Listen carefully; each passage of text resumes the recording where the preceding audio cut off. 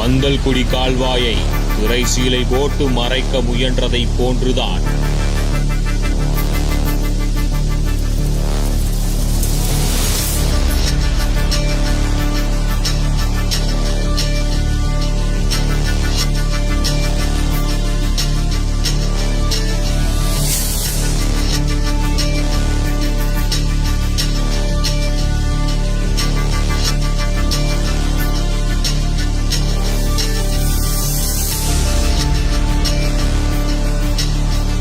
வெறும் விளம்பரங்களால் 4 ஆண்டுகளாக அலங்கோல ஆட்சியின் அவலங்களை மறைக்க முயல்கிறது ஸ்டாலினின் மாடல் திமுக அரசு.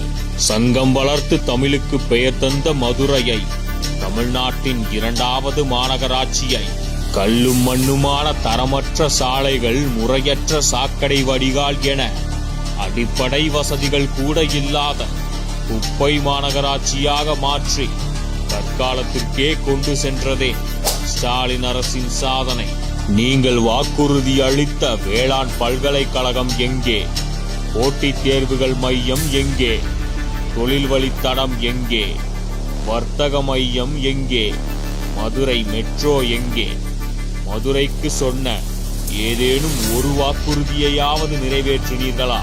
உங்கள் அப்பா பெயர் விளம்பரத்துக்காக ஒரு நூலகம் அமைத்ததை மட்டும் வைத்துக்கொண்டு இதுதான் சாதனை எனில், மதுரை மக்களுக்கு இதைவிட பெரும் சோதனை என்ன இருக்க போகிறது? பந்தல்குடி கால்வாயை திரை போட்டு மறைத்ததே வெட்கக்கேடான செயல்.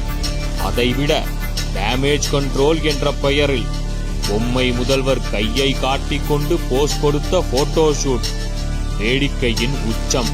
போட்டோஷூட்டை தவிர வேறு எதுவுமே உங்களுக்கு தெரியாதா ஸ்டாலின் அவர்களே? இத்தனை கேள்விக்கு இடையே பொதுக்குழு நடத்துகிறேன் என மதுரைக்கு வர பொம்மை முதல்வர் ஸ்டாலின் கூச்சப்பட்டிருக்க வேண்டும். ஆனால் அவரா போட்டோஷூட் என்றால் ஃபுல் மேக்கப்புடன் வந்து விடுவார்.